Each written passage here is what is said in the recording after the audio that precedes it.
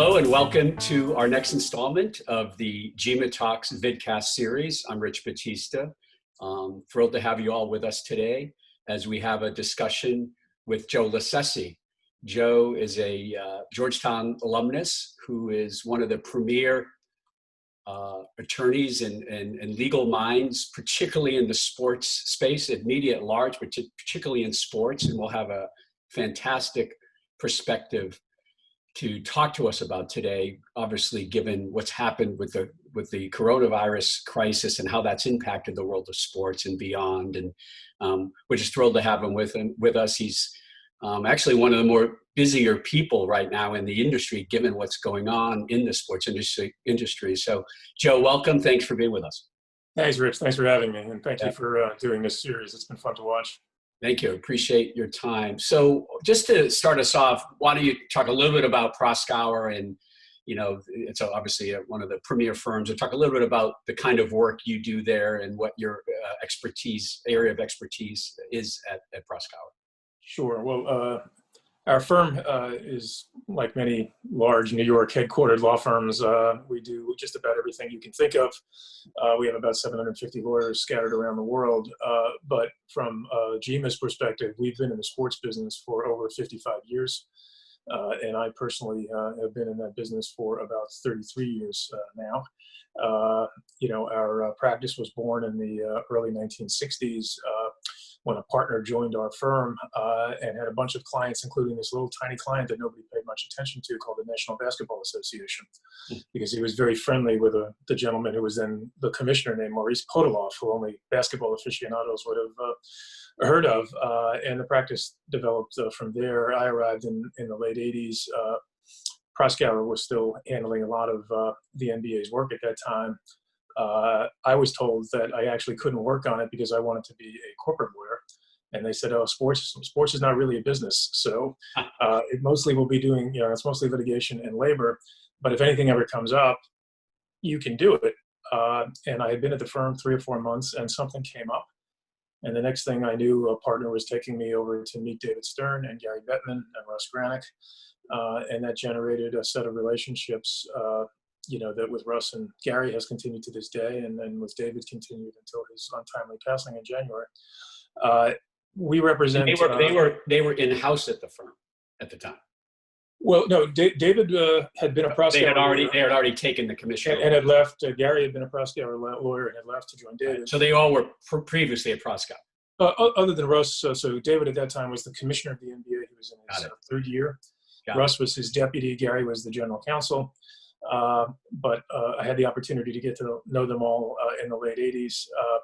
And then as David built the NBA into a global media and entertainment company, I was able to sort of ride the bumper on some of his projects and learn a great deal. And a few years later, Gary went to become commissioner of the NHL, and we began to do work there. And right now we represent, to varying degrees, all 5 of the major professional sports leagues in the U.S. We do a lot of work for teams. We do men's tennis, the ATP, the WTA, with the women's tour. We do work for NASCAR, IndyCar, a number of the major college conferences, including, I am proud to say, the Big East. One of the fun projects I had was when my old friend Jack DeGioia called me in December a few years ago and said, I think we're all leaving the old Big East. Would you help us form the new Big East? And I got to work with Jack and Father Shanley at Providence and Father Peter at Villanova and some of the other presidents to create the new Big East, and we just invited Connecticut in again a few months ago. So, and there's a number of other, private equity firms, private debt firms, media companies, international investors that we represent on their sports investments as well. Right. So, given that, great opening, again, you sit in a very interesting seat vis-a-vis what's happened with the coronavirus crisis. Why don't you talk about sort of mid-March, there's starting to be a real concern about this pandemic. Talk about the calls you started getting and what Proskauer started helping the leagues think about. Yeah, well, look, in early March, you were starting to get the first real meaningful public health guidance that maybe some distancing and some other mitigation measures ought to be considered, but and it's hard to believe only 2 to 2.5 months later really none of them had ordered any sort of shutdown. So for the Georgetown community, with the Big East tournament occurring that week, March 11th, 12th, 13th, Right. The New York City Health Commission was telling them they could play. And in fact, they did open that Wednesday night and began to play on that Thursday. One of the things that, of course, changed, and it was probably the seminal moment, not just from sports perspective, but I actually think from the private sector's perspective.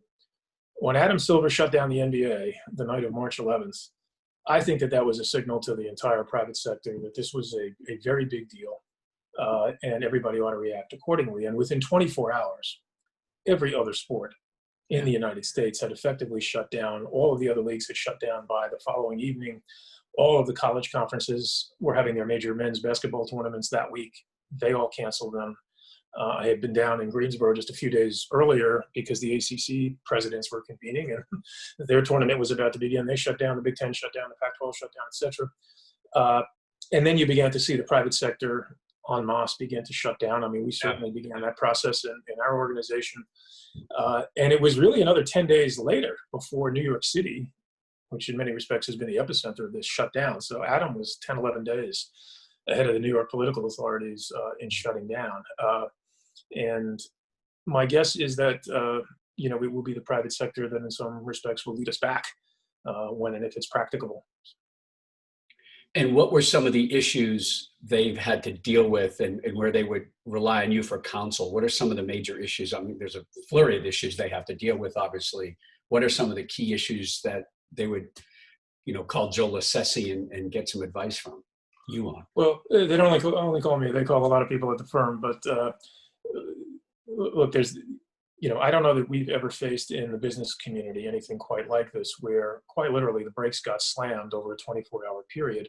Yeah. And it wasn't as though one league had a strike or a lockout, or there had been a hurricane in one city. The entire industry shut down in 24 hours.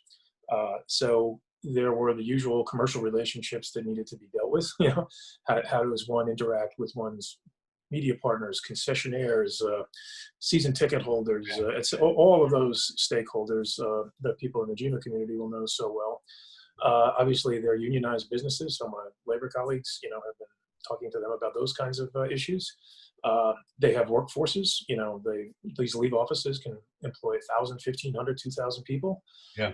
They have all the same issues that we all have about keeping people safe and making sure that people's at-home arrangements are satisfactory from a legal perspective. So just about everything you can think of that needs to be dealt with in an operating business is faced by professional sports, but they are just much higher profile. And obviously in the college world, the university presidents have to deal with students and shutting down housing and food service operations and sporting events. And so they have their own, issues to deal with.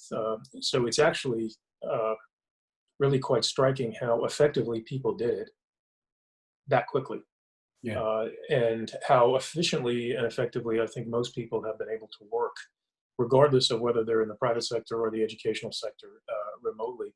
If this had happened even 10 years ago, I'm not sure that the infrastructure, certainly you and I would not have been able to do this kind of call and push it out on video. And most of the at-home remote work platforms were not nearly as reliable 10 years ago as they are today, where certainly most of the service industry is working at home. Yeah, for sure. I think you've stated publicly that you find that the governance of these leagues in the way they operate have really given them a real advantage during a crisis like this. Talk a little bit about how they're set up from a governance perspective and how they lead and how you think that's been, an advantage to how they've navigated through this process to date. For instance, like the NBA or NHL or other. Sure. Well, look, the modern baseball commissioner, had its roots in the Black Sox scandal in the early 20th century. And thereafter, the baseball owners recognized that they needed a strong central leader. All other sports have essentially mimicked that, at least in the United States. So whether it's the 5 major professional sports leagues, whether it's any of the, major conferences, the Big East is led by Val Ackerman, who's a marvelous leader and a very old friend of mine, and she's done a remarkable job. And again, just as in the pros, every team is represented on a board of directors, if you will. Sometimes they'll call the board of governors. In the colleges, obviously, every university is represented by its president or its chancellor. And so that model of each major stakeholder being represented by its leader at a boardroom, but having a very strong CEO acting as commissioner, has been the model for roughly 100 years now in sport. And it serves itself very well in moments of crises. Commissioner Tagliabue led extremely well, to mention another Georgetown alum, after 9/11. And Paul's and the other commissioners exercised very strong leadership at that moment. I think the commissioners in both the college and the professional environment are leading very effectively here. They're in very close touch with their owners. I think they're very focused on safety. They're very focused on fan engagement. And so that strong centralized leadership, and more importantly, I think the spirit of partnership that's built around the stakeholders, while they all compete on the fields, all of the university presidents view each other as colleagues. All the pro sports team owners view each other at one level as partners. Mm-hmm. And in moments like this, that's very important. Also, those structures allow effective rulemaking. So the professional sports leagues all have limits on how much debt teams can incur. People always think that's very conservative until they have a moment of crises like 9/11 or 2008 or the coronavirus, and then it looks very prudent and prescient. So I think the system itself is serving sport well, and I think the rules that I have served them well. Yeah. And I know you don't have a crystal ball, and you know what my next question is going to be probably, but when do you think these sports will come back? Do you think it'll be staged based on certain sports? I know some sports are already are coming back. Again, without giving away too much confidential detail, curious what you think will be the cadence in terms of sports coming back, and where do you see it from the key leagues? Well, look, there are a lot of cracks in my crystal ball, and I'll take your crystal ball over a lot of others. Yeah, every Monday morning when I sit in this chair and I think I got it figured out by Friday night, I'm sort of scratching my head again, and I think some of the commissioners. That's one of the unbelievably, challenging things with this, right? Is you at the end of the week, there's less than you did the beginning of the week, right? I mean, that's part of the challenge of this. Well, look, I think it's true in every crisis, not just this crisis, that there are pendulum swings in terms of, is fear dominant, is optimism dominant, is I'll follow the rules dominant, or is I'm going to get back to what I perceive to be my normal life dominant. I think you see threads of that over the last several weeks, and I'm sure there'll be more pendulum swings to come. Obviously, you have to work backwards from a public health solution. None of us can predict that. When and if, and we all pray there will be a vaccine at some point. Once that vaccine is widely available, I think sports clearly immediately returns to normal once enough people have been vaccinated. Then you step back from that and say, would there be sufficient therapeutics, not just to shorten hospital stay, but to sort of make people feel better? And will that people get more confident? Will the testing indicate that many more of us have been infected than we knew? And so there actually is more of a barrier to transmission than perhaps we understand now. By the same token, scientists are learning new things about the disease every day, and so it's foolish to sort of think we know anything right now in terms of what could befall us next. That said, clearly the common element is this is a disease that's transmitted through human interaction. Sports is the ultimate human interaction, both on the playing field or playing floor and in the stands. I think every major sport has announced an ambition, and in some cases a tangible plan, to resume playing without fans. And I suspect you will, at least for the next, several months, that will be the operating standard in most of the sports. NASCAR launched yesterday. Obviously, the drivers are naturally socially distant. Golf, which played a skins game yesterday among four of the leading players, I think it launches the third or fourth week of June, again, without fans and with a set of protocols.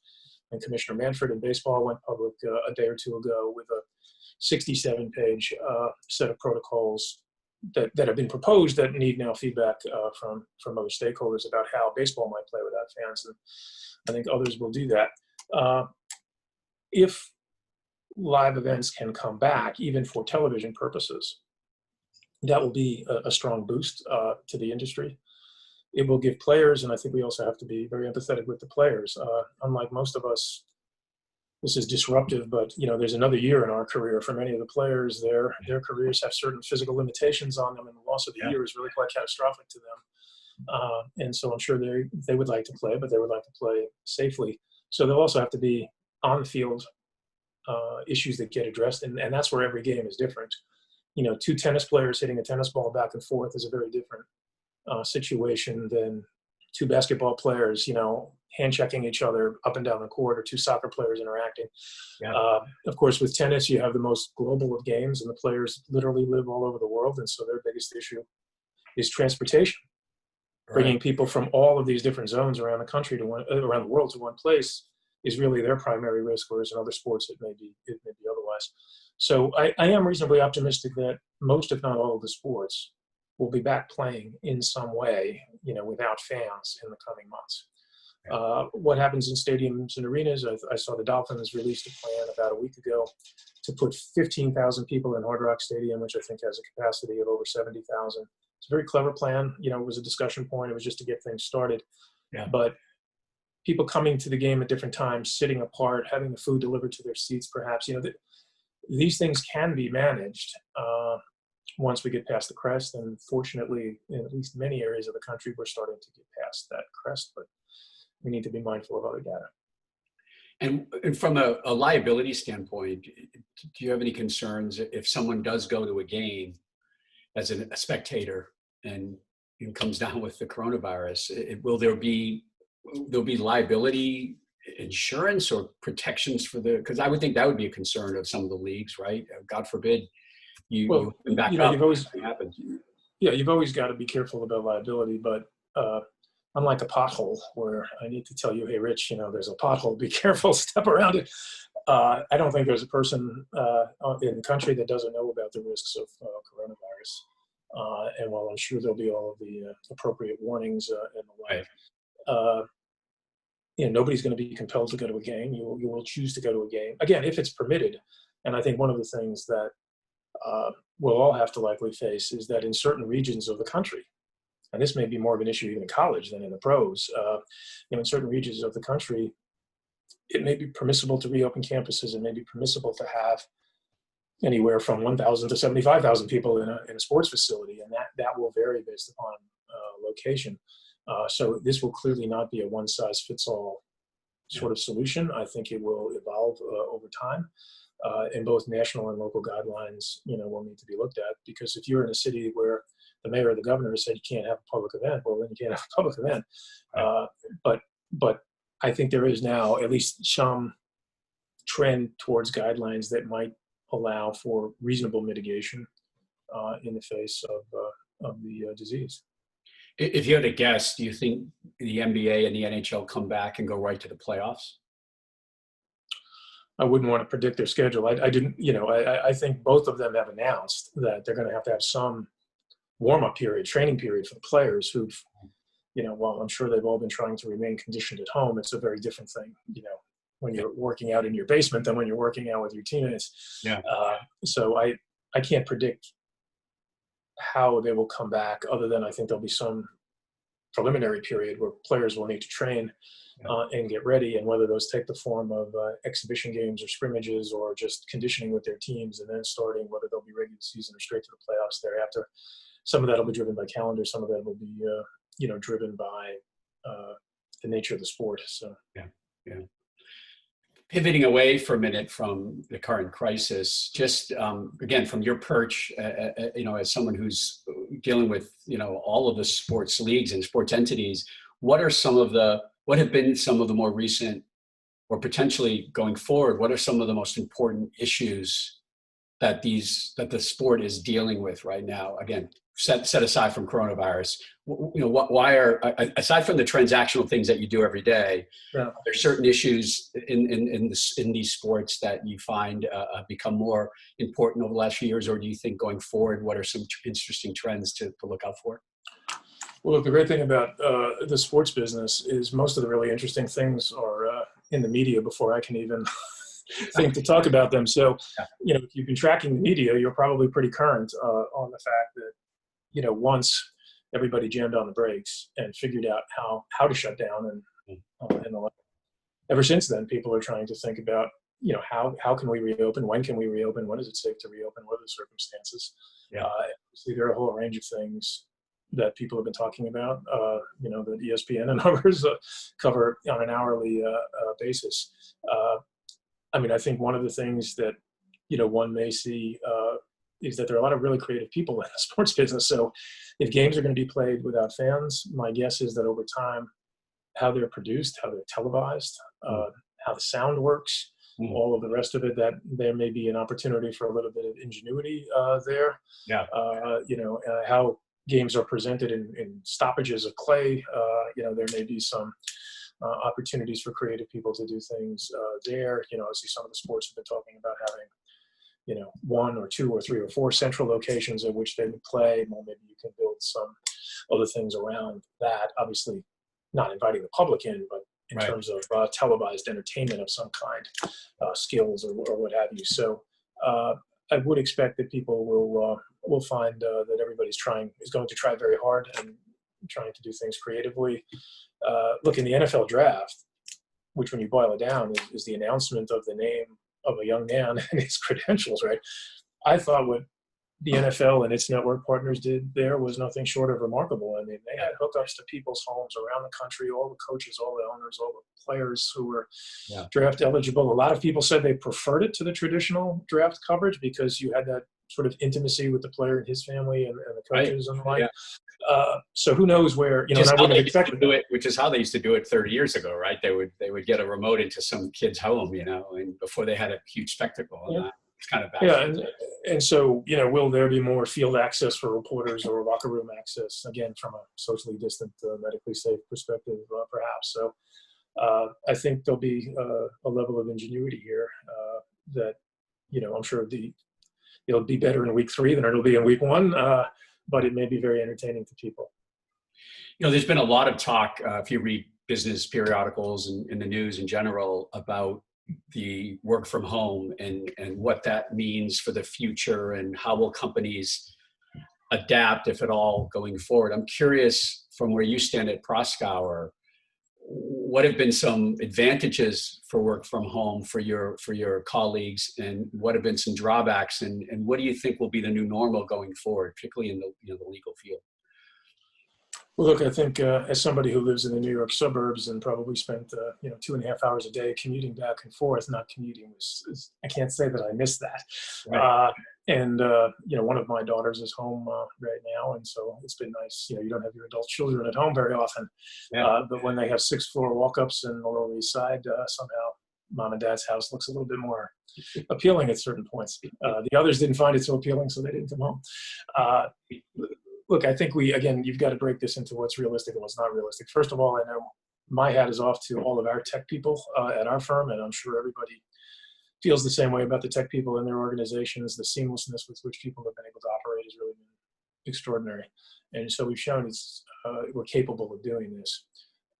But I think we shouldn't forget that for many of us, especially people like you and I, Rich, who've been in the business for a long time, we've been able to both keep ourselves busy, probably keep ourselves sane, keep ourselves amused, because we have decades of relationships that we can call upon, right? We have people to talk to, we have people to transact business with, we have people to be comforting. For people who are newer to any business, right, they don't have that career's worth of relationships. It's not so easy to make friends when you're at home, as good as Zoom and WebEx and everything else are. Great point. Great point. And I think we're all going to be thirsting for the opportunity to get back to building relationships, making new relationships, and deepening those relationships.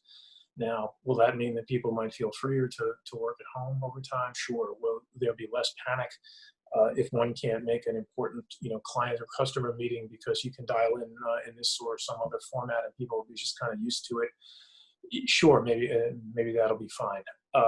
But I think the desire of human beings to congregate, to build relationships is not going to go away. And I think as soon as it's safe to do that, people are really going to be thirsting to do that.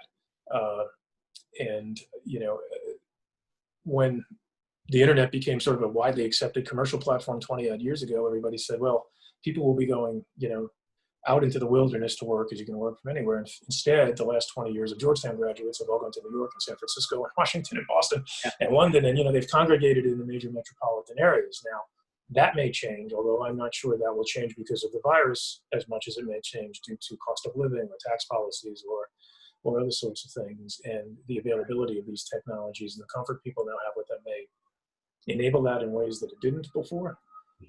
But I think you're still going to want to see people be in a group environment, whether that's a resident training in a hospital, a young lawyer training in a law firm, a young production assistant wanting to be on set. You know, you can't build those skills and relationships unless you have people around you teaching you. Yeah, that's right. Love to talk about your career history. Again, you've had an illustrious career in the legal world, and I know a lot of it in the sports world. Talk to flash back to Georgetown. Talk a little bit about, you were at Georgetown. Did you go right to law school after? Did you always want to be a lawyer? Was sports something you thought you wanted to get into? Was that more of an accident? Talk a little bit about that, if you could. So, well, when I was at Georgetown, Jack DeGioia was my RA my freshman year. It was clear that Jack was destined for greatness. I suspect he might have had a different prognostication for me. You know, my highest achievement was being the general manager of the pub, where I learned most of the business skills that have served me until this day. So my thanks to all my colleagues at the pub. You know, as some people might remember, but certainly not the younger group in GEMA, you know, in 1981 and 82, when I was class of 82, there was a horrific recession. Right. It was very hard to get hired.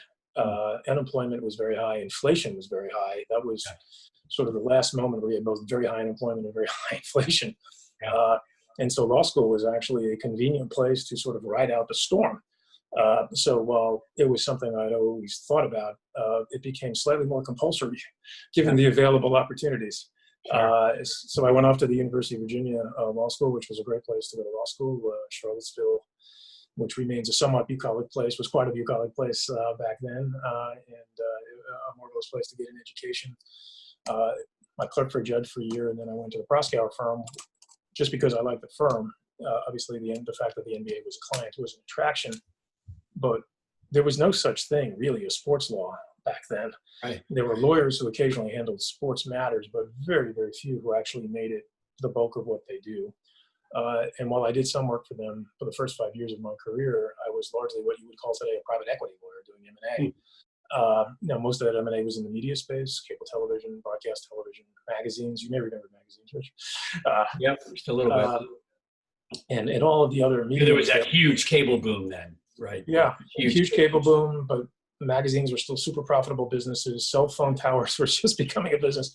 And so I learned a lot there. But then over time, one thing led to another, and so sports became more and more of my day. And by the time I was about 7 years out of law school, it was really all that I was doing. And in addition to the league relationships, I met a young man named Jeff Lurie, who then bought the Philadelphia Eagles in the early 1990s. And that sort of set me on my way of doing M&A and buying and selling sports teams. And Jeff has remained a dear friend to this day. And that, of course, takes you into doing stadiums and arenas and television contracts and naming rights and you know, all of the ancillary things that go on with sports transactions. So, you know, every year we try and make sure at our firm that the practice is a little bit bigger than the year before. We've managed to make a strong foray into college sports. And now with people recognizing sports as an asset class, with private equity firms, private credit firms, sovereign wealth funds, and the like, being interested in investing in sports because it's a way to get a slice of a global media and entertainment business. The client pool has expanded, you know, yet again, and we have a number of partners now working in our London office who are doing deals, you know, on the continent. And so that's been a lot of fun to be part of as well. Yeah, that's great. I know you're a humble and modest guy, but what do you think are some of the key success factors for you in being able to be successful at what you do? What are some of and if you were going to talk to a younger person, what would you tell them, or some of the key traits that make you successful as a you know, senior attorney in the industry? Well, look, like most people, I was the product of a lot of good fortune. You know, my parents were first generation Americans, and they taught us not to be entitled and to work hard for whatever we could. I was blessed with extremely good teachers, whether at Georgetown, Virginia, or otherwise. And fabulously generous mentors, and there's in the professional world, and so all of those opportunities that were facilitated for me by others really made a lot of this possible, and something I'm always mindful of. Nobody ever does any of these things entirely by themselves, and at various moments helping hands were there, or guiding hands were there.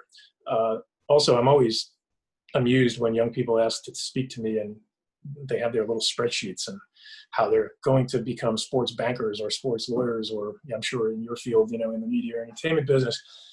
My career was nothing but a series of accidents.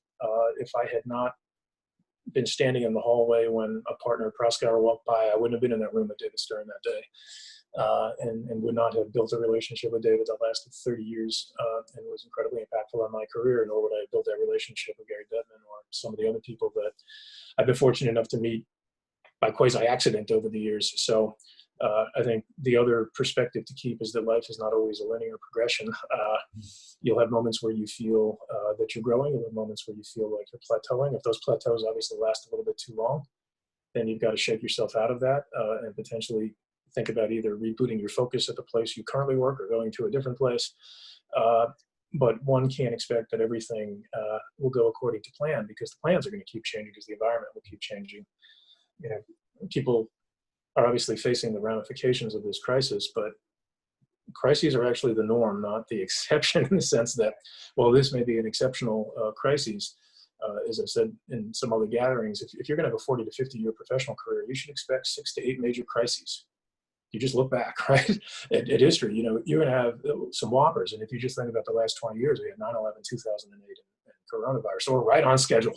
And if you think about our parents and grandparents' generations, they had many more crises than that. And so we've been blessed with longer periods in between crises. Mm-hmm. And I think an ability to deal with crises that is superior to what happened. I mean, when you think about the 1918 pandemic, there were no vaccines and there were no therapeutics, and basically people died, right? In staggering numbers that would be unimaginable today as a percentage of the population. One of the things that I think has facilitated our handling of this crisis up until this moment was the fact that I think the Fed and the politicians learned a lot from 2008. I mean, the relief plans from the Fed and the Congress went into effect almost instantaneously by political standards. In 2008, Hank Paulson and Ben Bernanke were sort of dragging people along into the notion that the government needed to intervene. So, these crises can be a bit gut-wrenching when they happen. I think we should recognize that we all are going to have challenges in life, and how you deal with them, and how you manage them, and more importantly, how you recover from them is sort of the guiding principle. Yeah. There's a word you used a couple times in answering that, which was relationships. And talk a little bit about the importance of developing, cultivating, building, and maintaining relationships in your industry. Yeah, look, I'm not sure it's unique to our industry. I often tell people when they ask me about business development that everything you need to know about business development, your mother taught you when you were 6, right? Be nice to everyone, treat others as you would like to be treated. And I think that recognizing, as one major leader in the sports business is fond of saying, it's a long life and a small world, that you're going to run into people again, that whatever the issue on the table is, isn't the last time you're going to be dealing with somebody, and that just being decent to people will ultimately bear fruit in moments when you least expect it. I know a number of your other guests have spoken about that. When I was a very young lawyer starting out, Paul Tagliabue had no reason to be nice to me, but he was incredibly gracious to me, and I never forgot that. And it helped my career. And it was only a moment or two from him, but it was an important moment or two. And those little things can be incredibly inspiring, and I think create kind of a natural cycle of mentorship that moves from generation to generation. So, and I think in moments like this, people's relationships are what sustain them. Yeah. Good. That's valuable advice. So more specifically for some of our younger alumni or current students who are listening in, from more of a practical standpoint, what's your advice in terms of if they're interested in going into law, if they're interested in working maybe in the sports industry or in the sports law industry, what are some pieces of advice you like to give younger people in terms of breaking in? Well, look, there's no substitute for preparation. And I think to get too fixated on any one area, whether it's sports or media or entertainment, can sometimes lead people to frustration because they're not open to other areas that might actually be a better match for their skills or their interests. Because there are pieces of the sports business I might not necessarily enjoy as much as the piece of the sports business that I've been in, and I'm sure there are plenty of people in those areas that wouldn't particularly enjoy what I do. There's no substitute for the best education you can have, the highest level of achievement at that level of education, the training that you get on the job from internships and starter jobs and things like that. And I realize that certainly our young undergraduates and recent graduates, this has got to be a real gut punch in terms of a process that many of them, had underway to prepare themselves in those fashions. I would just say, look, in 2008, a lot of other people were in the same position. By 2010, the economy started to roar again, and many of those people have spent the last 10 years rising up in their organizations, even though the first couple of years were kind of rough, either coming out of school or post-school. This may take the same path, but ultimately you have a multi-decade career, and the economy will grow, sports will be back, the media will be back, live events will be back for those who want to be in the music business or the theatrical business. If you continue on the path that you aspire to, well, it may be somewhat more trying and challenging today than one might have expected. Just as recently as February, it can still happen for you. Yeah. What about someone listening in who maybe is working at a law firm, maybe is 3 or 4 years out, 5 years out, and maybe even 6 years out, and they're getting an opportunity to maybe go in-house at a firm and work inside a company versus at a law firm? I'm sure you've had those opportunities throughout your career. What are some of the pros and cons to, would you say to that person if they're just thinking about a question, having a question answered like that? Yeah, well, look, especially if it's in the Georgetown community, and one of my banker friends who did not go to Georgetown has now concluded that everyone in the sports business went to Georgetown at some point because he feels surrounded by us. Yeah, I get that often too. One is whatever that offer is will not be the last offer you got. I think there's a tendency sometimes by people who are only 3 or 4 or 5 years out of school to think that this first very attractive offer, if I don't take it, I'll never have another chance like this again. Interesting. There may be a handful of things that are truly, once in a lifetime, but most are not. And every offer that I turned down, the next offer was better and better. And actually for me, it was better to turn them all down. But for others, and certainly many of the younger lawyers that I've worked with have gone on into teams or leagues or media companies or investment banks or digital companies, and they're thriving. I think first and foremost, is it a subject matter that you like, depending upon which of those industries it is? Do you like, and more importantly, do you trust the people? Because you're going to go from having lots of clients to having one client. And most of my younger colleagues aspire to move to the business side, which I understand. Is that a realistic aspiration in that company? Right. Or and on that platform, or will you be pigeonholed into something narrower than you might want? So there's no one answer for people. I think it's a match of interests, abilities, life plans. Is it in a geography you and your family want to live in? Will it lead to another move? If so, will that move be the one that you want? So it's the usual assortment of variables when you're thinking about a career move. Yeah. But I would say the most important advice is don't jump at the first offer. If it doesn't tick enough of the boxes, nothing will tick every box, but if it doesn't tick enough of the boxes to be persuasive. We're going to wrap up in a minute. I thought it would be worthwhile to just maybe have you give some type of concluding statement about the sports industry right now and where you think we'll be. Just if you could kind of wrap up and say, here's how you think things are going to unfold and play out in the next, 3 to 6 to 9 months.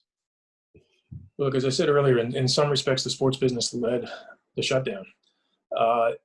Well, they won't necessarily completely lead the restart. I think that they will lead the inspiring parts of the restart.